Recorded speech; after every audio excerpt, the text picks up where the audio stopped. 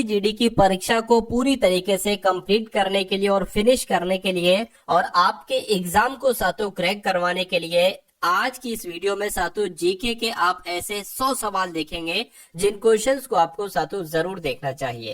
यानी कि अगर साथों आप इन सवालों को देख लेते हैं और इन प्रश्नों से संबंधित जो जानकारी मैं आपको बताऊंगा वो अगर आप लोग देख लेते हैं तो आपका पेपर साथियों बहुत आराम से क्रैक हो जाएगा। तो परीक्षा से पहले पहले अगर आपने इस वीडियो में एंट्री की है तो मैं कहूंगा इन सभी सवालों को घोल कर पी जाइएगा। अगर आप वाकई में सिलेक्शन लेना चाहते हैं तो थोड़े धैर्य के साथ इस वीडियो को देखिएगा और ये सभी के सभी सवाल मैं आपके मनोमस्तिष्क में आधे घंटे के अंदर कैसे साथियों फीड कर देता हूं ये आप लोग देखिएगा। तो पहला सवाल है, कह रहे कि अंतरराष्ट्रीय नृत्य दिवस साथियों कब मनाया जाता है, मुझे बताइए। तो अंतरराष्ट्रीय नृत्य दिवस की अगर बात करें कब मनाया जाता है, 29 अप्रैल को अंतरराष्ट्रीय नृत्य दिवस मनाया जाता है। लेकिन अगर एग्जामिनर आपसे साथियों पूछ ले आपसे कि विश्व मलेरिया दिवस कब मनाया जाता है, क्या पूछ ले, अगर आपसे साथियों पूछ लिया जाए कि विश्व मलेरिया दिवस साथियों कब मनाया जाता है तो आप साथियों क्या बताओगे? तो आपको बताना चाहिए साथियों 25 अप्रैल, यानी कि 25 अप्रैल को विश्व मलेरिया दिवस मनाया जाता है। ठीक है। अगर आपसे पूछा जाए साथियों, अगर आपसे पूछा जाए विश्व बौद्धिक दिवस कब मनाया जाता है, क्या अगर आपसे पूछा जाए साथियों विश्व बौद्धिक दिवस कब मनाया जाता है, क्योंकि ये क्वेश्चन साथियों बार बार रिपीट होते हैं। तो विश्व बौद्धिक दिवस 26 अप्रैल को मनाया जाता है। कब मनाया जाता है? 26 अप्रैल को मनाया जाता है। ये 3 फैक्ट आप लोग यहां पर याद रखेंगे। उसके बाद देखिए साथियों नेक्स्ट नंबर का सवाल है, ये सवाल आपसे बहुत आपके एग्जाम में पूछा जाता है कि भारत में राज्य पुनर्गठन आयोग की स्थापना कब हुई थी।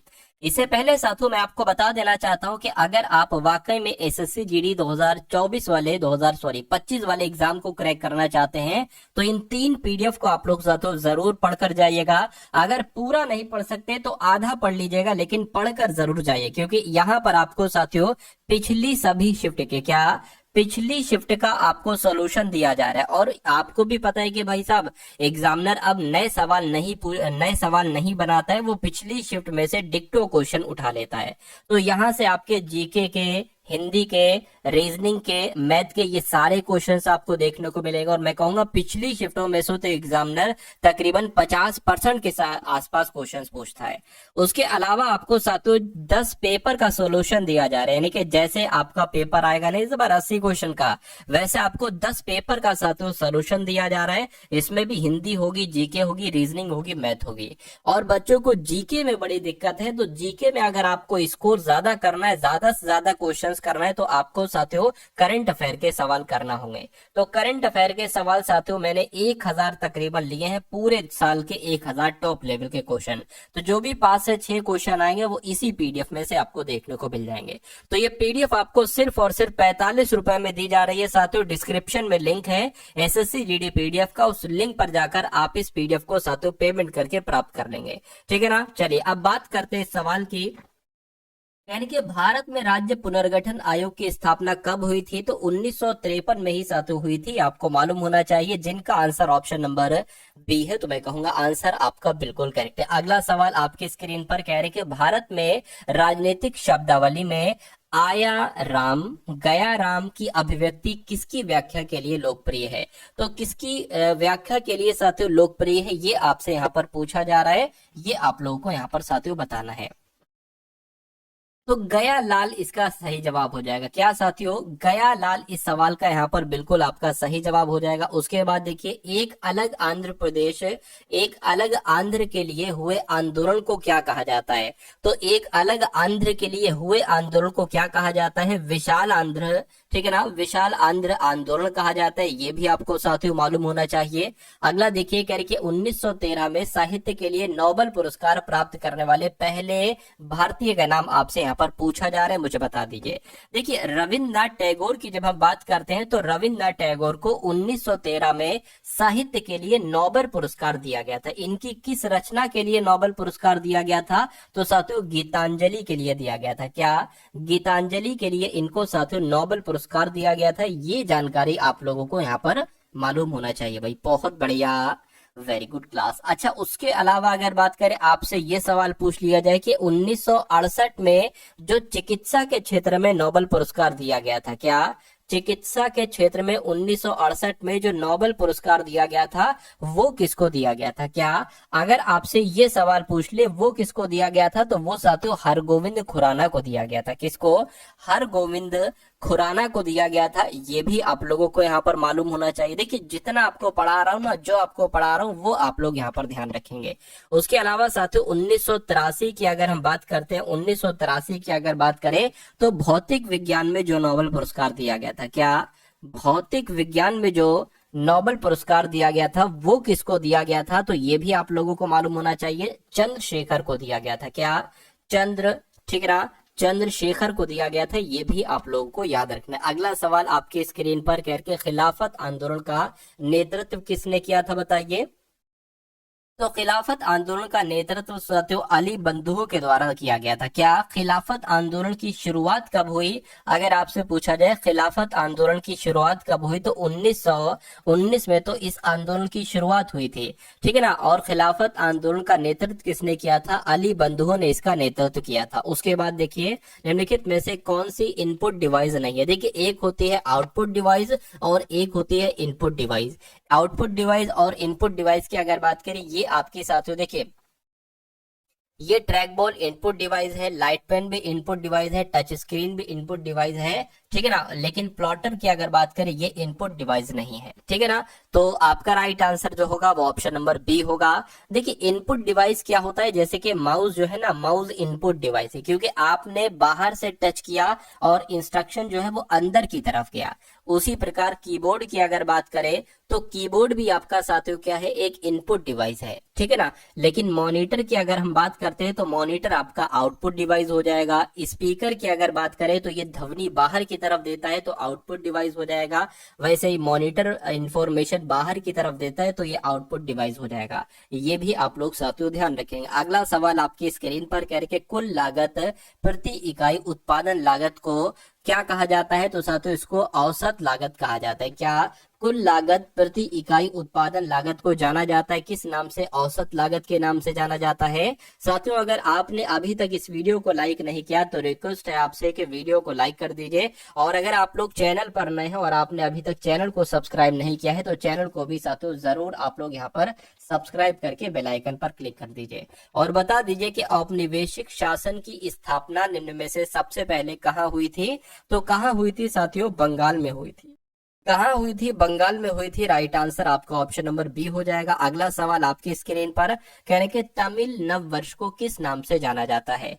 तो तमिल नव वर्ष को किस नाम से जाना जाता है अगर आपसे पूछा जाए तो वरुषा पिराप्पू के नाम से जाना जाता है तमिल नव वर्ष को। उसके बाद देखिए कह रहे पूर्वी तट का सबसे पुराना कृत्रिम बंदरगाह कौन सा है? तो पूर्वी तट का सबसे पुराना कृत्रिम बंदरगाह कौन सा है? चेन्नई बंदरगाह, यानी कि चेन्नई बंदरगाह ही पूर्वी तट का सबसे पुराना कृत्रिम बंदरगाह है। ये आपको यहाँ पर मालूम होना चाहिए। अगला सवाल आपकी स्क्रीन पर है, कहा जा रहा है कि भारतीय राष्ट्रीय आंदोलन के दौरान निम्न में से किसे मशीनों और प्रौद्योगिकी का महिमा मंडन नहीं करने के कारण मानव समाज का प्रतीक माना गया था? तो ये सवाल अच्छा है, आपसे पूछा जाए तो चरखा आपको बता देना है। यानी कि अगर ये डिक्टो सवाल आता है तो डिक्टो आपको चरखा ऑप्शन बता। सभी दोस्तों की रिक्वायरमेंट पे एक बहुत बड़ा ऑफर लेके आ चुका हूँ मेरे दोस्त। इस प्रैक्टिस सेट के ऊपर आपके लिए एक अच्छा ऑफर है जहाँ से कि अब आपको ये प्रैक्टिस सेट लगाओगे और सबसे सस्ता प्रैक्टिस सेट मिलने वाला है आज तक के यूट्यूब के इतिहास में। दोस्त जो ऐसे जीडी के हमारे 15 प्रैक्टिस सेट की मैं सीरीज लेकर आया हूँ, उसके अंदर मैंने आपको कहा था मेरे भाई कि इन 15 प्रैक्टिस सेट जो आपके सामने हैं हमारे YouTube channel all exam class के ऊपर, जिससे आप कैसे प्राप्त कर सकते हो। तो ये व्हाट्सअप नंबर आपके सामने दिया है, इस पर मैसेज कीजिए। और ये प्रैक्टिस सेट जो आपको 300 रुपये मिलते हैं उनकी मैंने प्राइस रखी थी गुण 50 रुपये। अब इनसे भी माइनस करके मेरे दोस्त मैंने कर दिया है 30 रुपये, मात्र 30 रुपये अंतिम दिनों में इस प्रैक्टिस सेट को आपको लगाने के लिए। गुण 50 से भी माइनस करके, क्योंकि बहुत सारे बच्चों का कमेंट आ रहा है सर हम इतना पैसा पे नहीं कर पा रहे हैं, पास पैसे नहीं है, तो उसके लिए मैंने मात्र 30 रुपये कर दिए हैं। और 15 प्रैक्टिस सेट मिल रहे हैं, यानी 2 रुपये में प्रैक्टिस सेट जरूर लगाना चाहिए अगर सिलेक्शन चाहिए, क्योंकि 70% कोर्स से इस प्रैक्टिस सेट से ही मिलने वाला है आपको। तो देखते हैं कितने बच्चे लगाते हैं, बढ़ते हैं क्वेश्चन की ओर मेरे भाई। देना है। उसके बाद देखिए अगला सवाल कह रहे कि लंदन में संपन्न हुए दूसरे गोलमेज सम्मेलन में कांग्रेस का प्रतिनिधित्व किसने किया था? तो साथियों किसके द्वारा किया गया था? गांधी जी के द्वारा किया गया था। किसके द्वारा साथियों? गांधी जी के द्वारा किया गया था। ये आप लोगों को यहाँ पर मालूम होना चाहिए। देखिए अगर यहाँ पर बात करते हैं जो पहला गोलमेज सम्मेलन हुआ था, पहली बात तो 3 गोलमेज सम्मेलन हुए। जो प्रथम गोलमेज सम्मेलन हुआ, क्या प्रथम गोलमेज सम्मेलन हुआ? प्रथम गोलमेज सम्मेलन हुआ ये कहां पर हुआ? तो देखिए अगर बात करते हैं पहला गोलमेज सम्मेलन हुआ कब, तो 1930 में। अगर दूसरे की बात करते हैं कि दूसरा कब हुआ साथियों, जस्ट इसके 1 साल बाद यानी कि 1931 में हुआ। और तीसरे की अगर बात करें साथियों, तीसरा कब हुआ, तो 1932 में हुआ। और ये तीनों गोलमेज सम्मेलन कहां पर हुए साथियों? ये तीनों गोलमेज सम्मेलन लंदन में हुए। ये आप लोगों को यहाँ पर मालूम होना चाहिए, ठीक है ना। चलिए अब उसके बाद देखिए अगले नंबर का सवाल कह रहे कि वस्तुओं के निर्यात और आयात के संतुलन को क्या कहा जाता है? क्वेश्चन बहुत टॉप लेवल का है, आपके एग्जाम में आएगा, बताइए। तो साथियों व्यापार संतुलन कहा जाता है, यानी कि वस्तुओं के निर्यात और आयात के संतुलन को व्यापार संतुलन के रूप में संदर्भित किया जाता है। अगला सवाल कह रहे कि भारत के तत्कालीन राष्ट्रपति द्वारा पहली वात्या भट्टी का उद्घाटन कर राउरकेला स्टील प्लांट का शुभारंभ किया गया था। तो कब किया गया था? 1959 में किया गया था। कब साथियों? 1959 में किया गया था।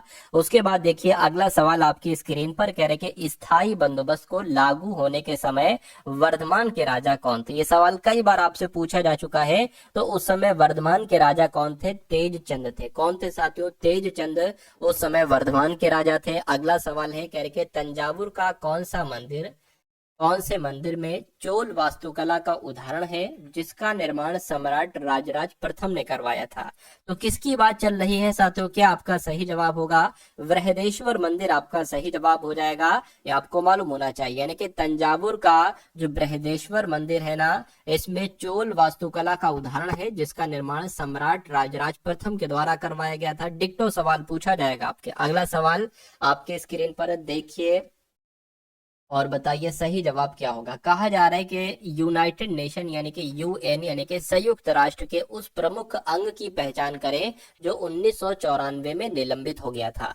तो 1994 में साथियों न्यास परिषद जो है ना, न्यास परिषद ये निलंबित हो गई थी।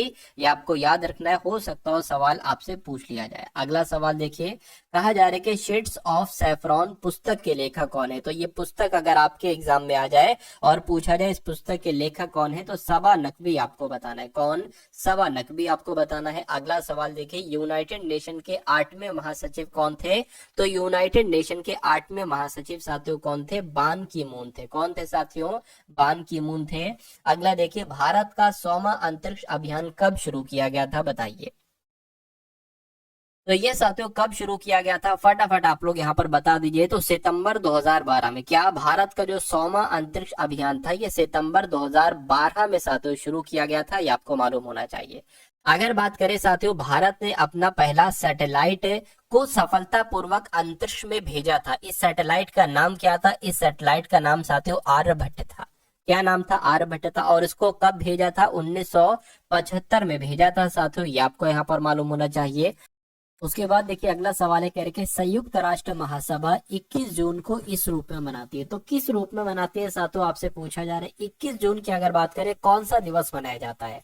देखिए अगर यहाँ पर साथियों बात करते हैं कि अंतर्राष्ट्रीय शिक्षा दिवस कब मनाया जाता है, तो आपको मालूम होना चाहिए 24 जनवरी की अगर बात करते हैं, 24 जनवरी को अंतर्राष्ट्रीय शिक्षा दिवस मनाया जाता है। अगर आपसे पूछे अंतर्राष्ट्रीय स्वास्थ्य दिवस कब मनाया जाता है, तो अंतर्राष्ट्रीय स्वास्थ्य दिवस साथियों 7 अप्रैल को मनाया जाता है।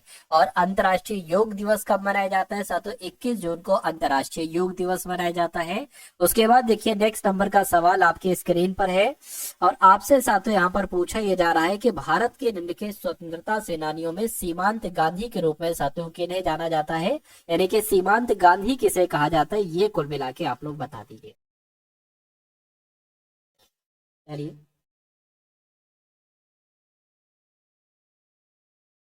तो अगर आपका जवाब साथियों खान अब्दुल गफ्फार खान है तो मैं कहूंगा आपका जवाब यहाँ पर बिल्कुल सही हो जाएगा। सीमांत गांधी के नाम से किन्हें जाना जाता है साथियों? खान अब्दुल गफ्फार खान को जाना जाता है। और उसके अलावा आपसे एक सवाल साथियों पूछा आपसे ये जाता है कि खुदाई खिदमतगार नामक संगठन की स्थापना किसने की थी? क्या आपसे अगर पूछा जाए कि खुदाई खिदमतगार, क्या साथियों खुदाई खिदमतगार नामक संगठन की स्थापना किसके द्वारा की गई थी? तो खान अब्दुल गफ्फार खान के द्वारा ही की गई थी, ये भी आपको मालूम होना चाहिए। और इस संगठन को साथियों लाल कुर्ते भी कहा जाता है। क्या इसको साथियों लाल कुर्ते भी कहा जाता है? ये भी आप लोगों को याद रखना है। अगला सवाल आपकी स्क्रीन पर है, कह रहे कि निम्नलिखित में से शीत मरुस्थल है, तो कौन सा साथियों शीत मरुस्थल है? तो मैं कहूंगा साथियों जो पेंटागोनिया है, ये पेंटागोनिया साथियों शीत मरुस्थल है। सही जवाब आपका ऑप्शन नंबर ए हो जाएगा। उसके बाद देखिए साथियों कह रहे कि गरीबी हटाओ किस राजनीतिक नेता का नारा था? तो गरीबी हटाओ ये किस राजनीतिक नेता का नारा था? मैं कहूंगा इंदिरा गांधी का नारा था। सही जवाब आपका ऑप्शन नंबर ए हो जाएगा। उसके बाद देखिए कह रहे कि पोंगल पक्षी गणना निम्नलिखित में से किस राज्य की पहल है? तो पोंगल पक्षी गणना सबसे पहले साथियों किसने शुरू की थी? तो मैं कहूंगा तमिलनाडु ने शुरू की थी। किसने साथियों शुरू की थी? तमिलनाडु ने शुरू की थी, ये आप लोग को याद रखना है। अगला सवाल देखिए कह रहे कि भारत में वस्तु एवं सेवा कर यानी कि GST, goods and service tax, ये कब लागू किया गया? ये आपसे कुल मिला के पूछा जा रहा है। तो साथियों ये लागू कब किया गया? तो 1 जुलाई 2017 को लागू किया गया। 1 जुलाई 2017 को जीएसटी लागू किया गया, ये आप लोग यहाँ पर याद रखेंगे। उसके बाद देखिए अगला सवाल कह रहे कि एलिफेंटा की गुफाएं ये कहाँ पर स्थित है? तो एलिफेंटा की गुफाएं साथियों कहाँ पर स्थित है, ये कुल मिला के आपसे यहाँ पर पूछा जा रहा है। फटाफट आप लोग यहाँ पर बता दीजिए। चलिए तो कहाँ पर है साथियों? अगर राज्य आपसे पूछे तो महाराष्ट्र में है। कहाँ पर है? महाराष्ट्र में। लेकिन द्वीप पूछे तो घारापुरी द्वीप आपको बता देना है कि एलिफेंटा की गुफाएं साथियों महाराष्ट्र के घारापुरी द्वीप में है। सही जवाब आपको ऑप्शन नंबर डी हो जाएगा। अगला सवाल देखिए कह रहे कि भारत में कृषि और संबंध गतिविधियों हेतु ऋण के संवितरण में सबसे अधिक हिस्सेदारी वाणिज्यिक बैंकों की है या साहूकारों की? यानी कि कुल मिला के खाली जगह में कौन सा शब्द आ जाएगा, ये आपको बताना है। तो अगर यहाँ पर साथियों बात करते हैं इस सवाल के जवाब की, तो इस सवाल का जवाब आपका क्या होगा? मैं कहूंगा कृषि ही आपका सही जवाब हो जाएगा। पूरी लाइन हो जाएगी, भारत में कृषि और संबंधित गतिविधियों के लिए ऋण के संवितरण में सबसे अधिक हिस्सेदारी वाणिज्यिक बैंकों की है। अगला सवाल देखिए कह रहे कि गवर्नर जनरल लॉर्ड डलहौजी ने किस साम्राज्य को चेरी कहा था? तो किसको साथियों चेरी कहा था? अवध साम्राज्य की अगर बात करें तो अवध साम्राज्य को साथियों चेरी कहा था। ये आपके एग्जाम में पूछा जा सकता है, इसलिए आप लोग इसको बहुत अच्छे तरीके से यहाँ पर याद रखेंगे। चलिए और उसके बाद बात करते हैं साथियों नेक्स्ट नंबर के सवाल की। कहा जा रहा है कि 1974 में जो रेलवे हड़ताल का नेतृत्व किया था वो किसके द्वारा किया गया था? तो किसके द्वारा किया गया था? जॉर्ज फर्नांडिस के द्वारा किया गया था। जॉर्ज फर्नांडिस के द्वारा किया गया था, ये आप लोगों को यहाँ पर साथियों याद रखना है। अगला सवाल देखिए आपके स्क्रीन पर कह रहे कि पहली यात्री रेलवे ट्रेन बॉम्बे और ठाणे के बीच कब चलाई गई थी? तो कब चलाई गई थी साथियों? 1853 में चलाई गई थी। 1853 में चलाई गई थी। उसके बाद देखिए सभी दोस्तों के रिक्वायरमेंट पे एक बहुत बड़ा ऑफर लेके आ चुका हूँ मेरे दोस्त। इस प्रैक्टिस सेट के ऊपर आपके लिए एक अच्छा ऑफर है, जहाँ से कि अब आपको ये प्रैक्टिस सेट लगाओगे और सबसे सस्ता प्रैक्टिस सेट मिलने वाला है आज तक के यूट्यूब के इतिहास में। दोस्त जो ऐसे जीडी के हमारे 15 प्रैक्टिस सेट की मैं सीरीज लेकर आया हूँ, उसके अंदर मैंने आपको कहा था मेरे भाई कि इन 15 प्रैक्टिस सेट जो आपके सामने हैं हमारे YouTube channel all exam class के ऊपर, जिससे आप कैसे प्राप्त कर सकते हो? तो ये व्हाट्सअप नंबर आपके सामने दिया है, इस पर मैसेज कीजिए। और ये प्रैक्टिस सेट जो आपको 300 रुपये मिलते हैं, उनकी मैंने प्राइस रखी थी गुण 50 रुपये। अब इनसे भी माइनस करके मेरे दोस्त मैंने कर दिया है 30 रुपये, मात्र 30 रुपये अंतिम दिनों में इस प्रैक्टिस सेट को आपको लगाने के लिए। गुण 50 से भी माइनस करके, क्योंकि बहुत सारे बच्चों का कमेंट आ रहा है सर हम इतना पैसा पे नहीं कर पा रहे हैं, पास पैसे नहीं है, तो उसके लिए मैंने मात्र 30 रुपये कर दिए हैं। और 15 प्रैक्टिस सेट मिलते हैं, यानी 2 रुपये में एक प्रैक्टिस सेट जरूर लगाना चाहिए अगर सिलेक्शन चाहिए, क्योंकि 70% कोर्स इस प्रैक्टिस सेट से ही मिलने वाला है आपको। तो देखते हैं कितने बच्चे लगाते हैं, बढ़ते हैं ट्यूशन की ओर मेरे भाई। के निम्नलिखित में से कौन लंदन में पहले गोलमेज सम्मेलन में शामिल नहीं हुआ था? तो 1930 में साथियों जो पहला गोलमेज सम्मेलन हुआ था कहाँ पर? लंदन में हुआ था। इसमें कौन शामिल नहीं हुआ था? कांग्रेस ने इसमें भाग नहीं लिया था। ये आप लोगों को याद रखना है, सवाल आपके एग्जाम में पूछा जा सकता है। उसके बाद देखिए कह रहे कि भारत का सबसे बड़ा नदी द्वीप यानी कि माजुली नदी द्वीप ये कहाँ पर है? तो ये किस नदी पर है? ये ब्रह्मपुत्र नदी पर है। कहाँ पर है साथियों? ये ब्रह्मपुत्र नदी पर है। सही जवाब आपका ऑप्शन नंबर बी हो जाएगा। अगला सवाल देखिए,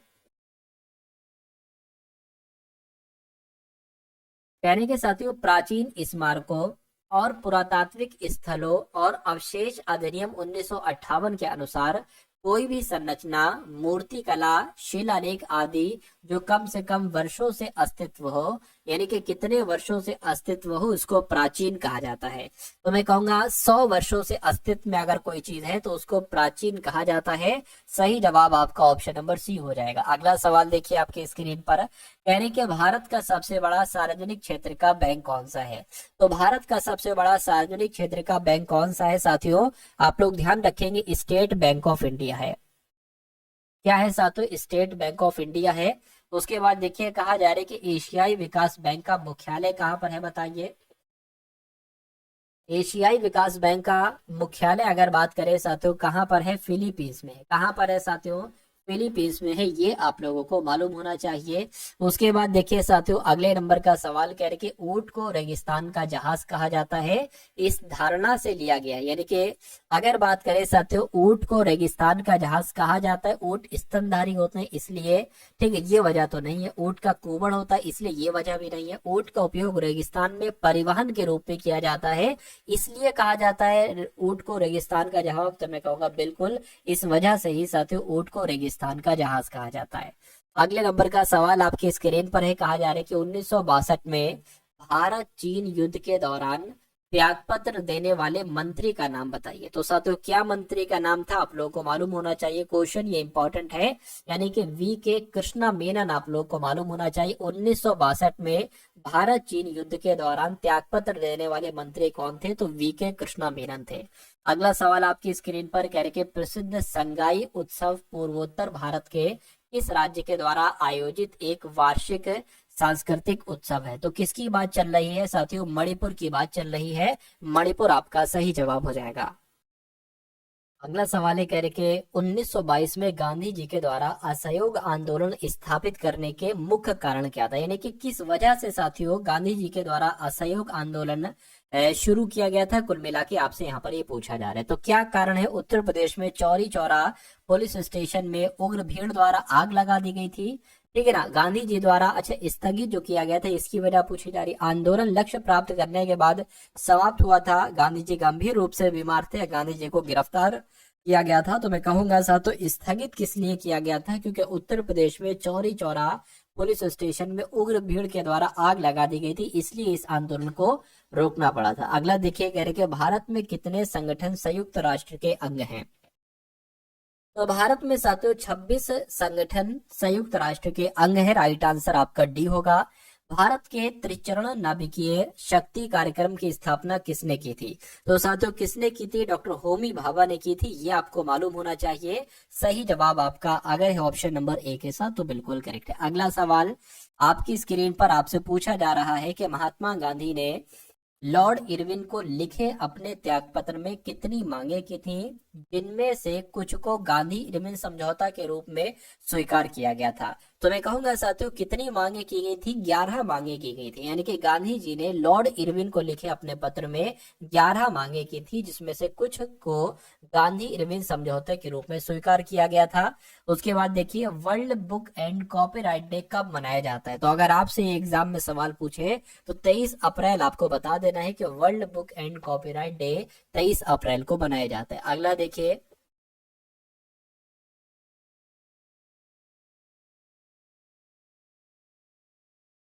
1920-22 में असहयोग आंदोलन को नेतृत्व किसने किया था? तो साधु महात्मा गांधी जी के द्वारा इसका नेतृत्व किया गया था। सही जवाब आपका ऑप्शन नंबर डी होगा। उसके बाद देखिए भारतीय राष्ट्रीय कांग्रेस के पहले मुस्लिम अध्यक्ष कौन थे?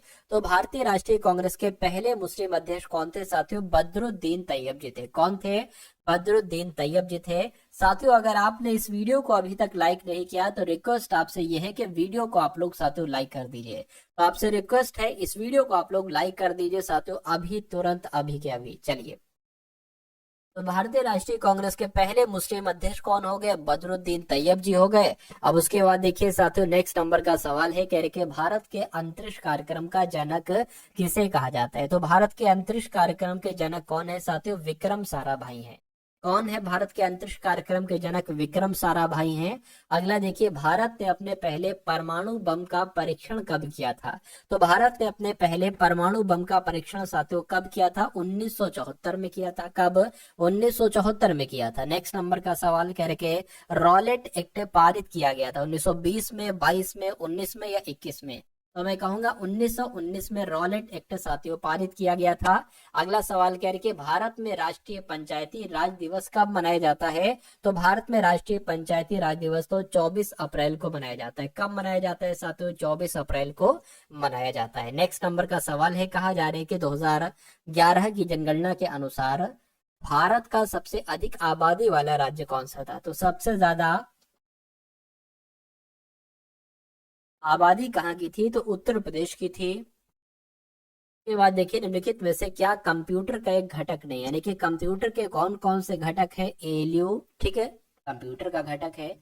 सीपीयू भी है, मेमोरी भी है, ये मेमोरी लिखा है, मेमोरी भी है, लेकिन कागज नहीं है।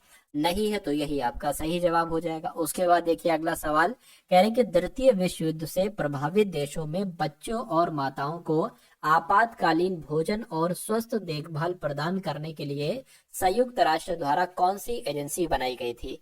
तो कौन सी एजेंसी बनाई गई थी? यूनिसेफ बनाई गई थी। कौन सी एजेंसी साथियों?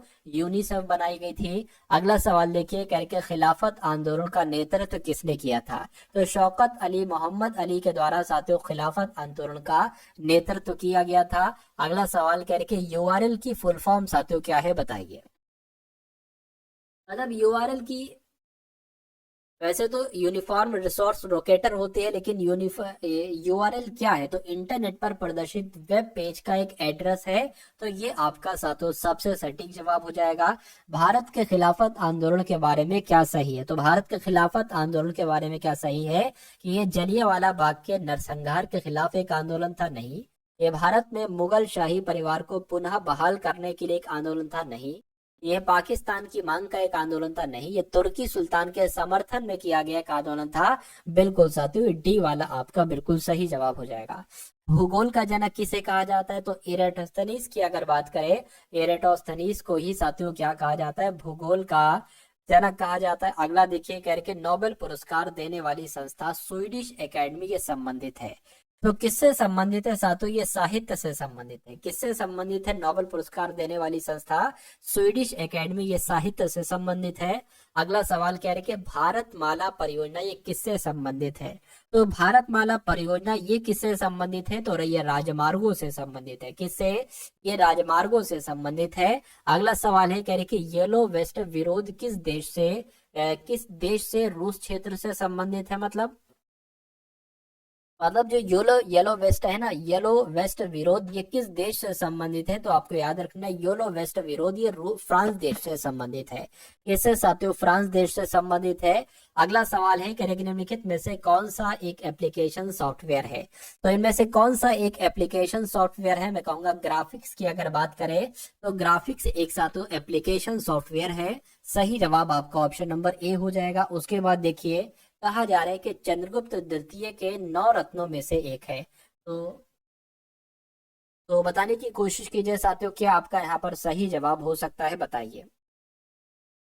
तो मैं कहूंगा वाराह मिहिर आपका बिल्कुल सही जवाब हो जाएगा। यानी कि कौन चंद्रगुप्त तृतीय के 9 रत्नों में से एक है? तो वाराह मिहिर है। अगला सवाल आपकी स्क्रीन पर कह के राज्यसभा के पहले सभापति कौन थे?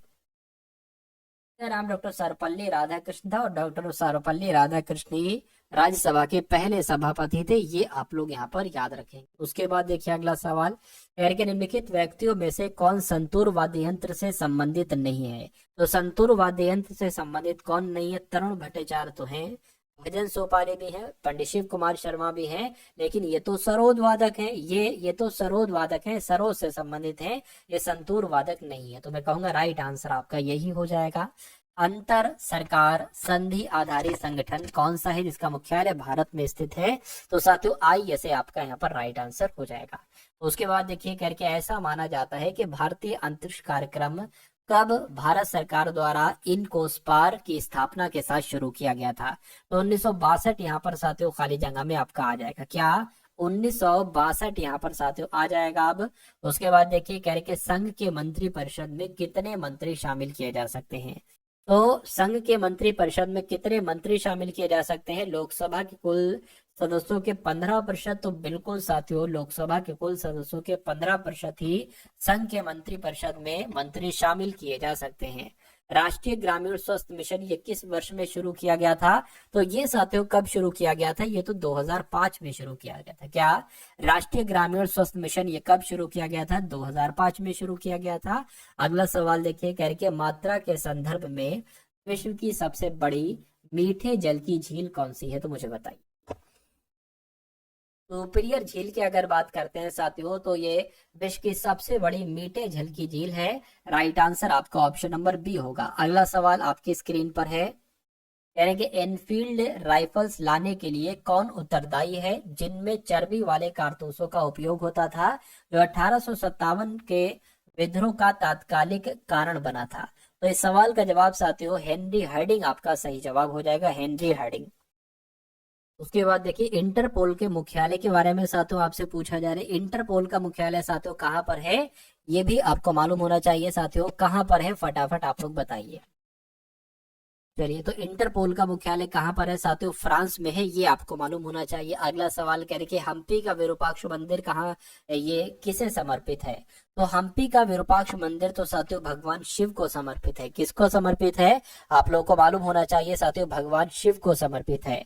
अगला सवाल आपकी स्क्रीन पर कह रहे कि किसी भारतीय राज्य के पास ताप ऊर्जा से सर्वाधिक शक्ति उत्पादन क्षमता, ठीक है ना, उत्पादन क्षमता है, तो किस राज्य की बात चल रही है? क्या आपका साथियों राइट आंसर होगा? तो महाराष्ट्र आपका यहाँ पर बिल्कुल करेक्ट आंसर हो जाएगा, यानी कि महाराष्ट्र के पास ताप ऊर्जा से सर्वाधिक शक्ति उत्पादन क्षमता है।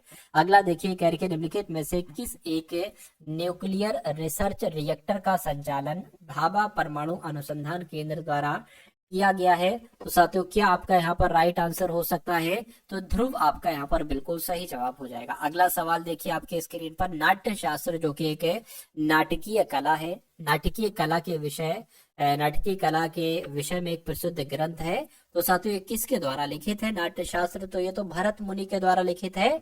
राइट आंसर आपका ऑप्शन नंबर बी होगा। उसके बाद देखिए कहा जा रहा है कि भारतीय संविधान का कौन सा अनुच्छेद सार्वजनिक रोजगार में समान अवसर अधिकार प्रदान करता है? तो जो अनुच्छेद 16 है ना, ये साथियों रोजगार में समान अवसर प्रदान करता है। अगला देखिए कहा जा रहा है कि प्रथम ICC T20 क्रिकेट विश्व कप का खिताब किस देश ने जीता था?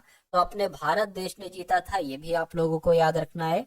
WWW के आविष्कारक कौन है? तो टिम बर्नर्स ली। कौन है साथियों? WW यानी कि वर्ल्ड वाइड वेब के आविष्कारक कौन है? टिम बर्नर्स ली है। भारत के कौन से राज्य में कोयले का सर्वाधिक भंडार है? तो मैं कहूंगा झारखंड आपका सही जवाब हो जाएगा। उसके बाद देखिए भारत में पहली यात्री रेलगाड़ी का संचालन किसके बीच हुआ था? तो साथियों बंबई और ठाणे के बीच हुआ था। राइट आंसर आपका अगर है ऑप्शन नंबर डी के साथ, तो मैं कहूंगा आंसर आपका बिल्कुल करेक्ट है। अगला देखिए महाराष्ट्र के पारंपरिक लोक रंगमंच का नाम बताइए। तो महाराष्ट्र के लोक, एक तरीके से लोक रंगमंच की अगर बात करें तो तमाशा है। तमाशा आपका ये महाराष्ट्र में किया जाता है। भारत में कौन सी नदी में रिवर डॉल्फिन पाई जाती है?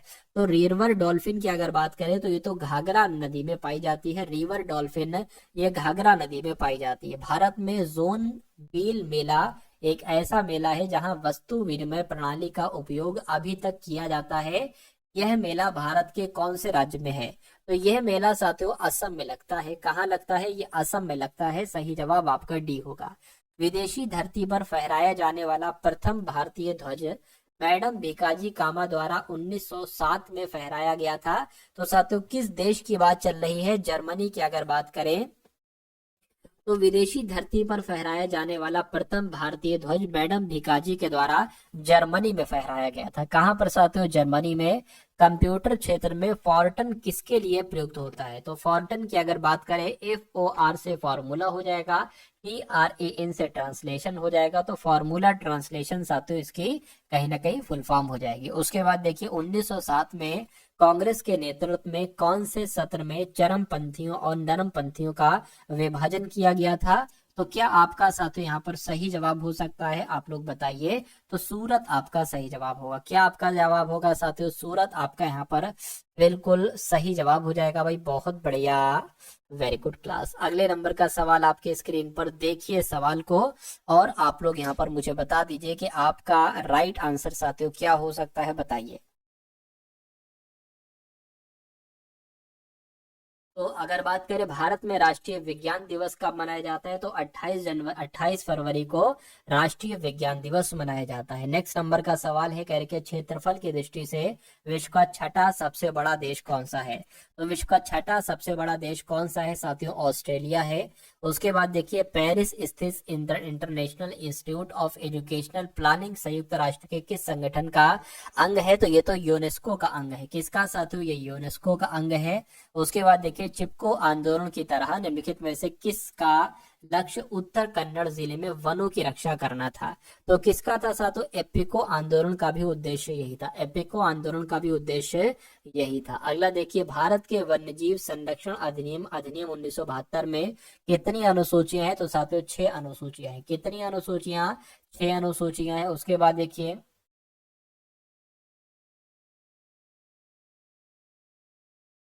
कहा जा रहा है कि सैनिक विद्रोह के दौरान गवर्नर जनरल कौन थे? तो उस समय गवर्नर जनरल कौन थे साथियों? सैनिक विद्रोह के दौरान, ये आपको बताना है। तो लॉर्ड कैनिंग थे। कौन थे साथियों? लॉर्ड कैनिंग थे। ये भी आपको मालूम होना चाहिए। अगला है कह रहे कि किस नदी के विस्तार क्षेत्र को राष्ट्रीय जलमार्ग 2 कहा जाता है? तो राष्ट्रीय जलमार्ग 2 की अगर बात करते हैं साथियों, किस नदी के विस्तार क्षेत्र को कहा जाता है? ब्रह्मपुत्र नदी के विस्तार क्षेत्र को कहा जाता है। यानी कि ब्राह्मी और खरोष्टी लिपियों को व्याख्यायित किया जिनका उपयोग पहले के शिलालेखों के लेखन में किया जाता था। तो कुल मिला के साथियों खाली जगह में कौन सा शब्द आ जाएगा बताने की कोशिश करेंगे। तो जेम्स प्रिंसेप आपका सही जवाब होगा। यानी कि जेम्स प्रिंसेप ने ब्राह्मी और खरोष्टी लिपियों को व्याख्यात किया जिनका उपयोग पहले के शिलालेखों के लेखन में किया जाता था। इनमें से कौन एक संचार प्रोटोकॉल है? तो साथियों किसकी बात चल रही है? मैं कहूंगा HTTP की, हाइपर टेक्स्ट ट्रांसफर प्रोटोकॉल। ये क्या है? ये एक संचार प्रोटोकॉल है। उसके बाद देखिए निम्नलिखित में से किन नेताओं ने ताशकंद समझौते पर हस्ताक्षर किए थे? तो अगर बात करते हैं साथियों लाल बहादुर शास्त्री और अयूब खान ने ताशकंद समझौते पर हस्ताक्षर किए थे। उसके बाद देखिए अगला सवाल क्या है, किसी भी कंप्यूटर सिस्टम का मस्तिष्क किसे कहा जाता है? तो साथियों सेंट्रल प्रोसेसिंग यूनिट यानी कि CPU को क्या कहा जाता है? कंप्यूटर सिस्टम का मस्तिष्क कहा जाता है। अगले नंबर का सवाल आपकी स्क्रीन पर है। आपसे कहा जा रहा है GATT गैट का उत्तराधिकारी संगठन कौन सा था? तो कौन सा था साथियों? WTA था, वर्ल्ड ट्रेड ऑर्गेनाइजेशन था। ये आपका साथियों बिल्कुल करेक्ट आंसर हो जाएगा भाई। बहुत बढ़िया, वेरी गुड क्लास। तो ये क्लास आपको साथियों कैसी लगी एक बार कमेंट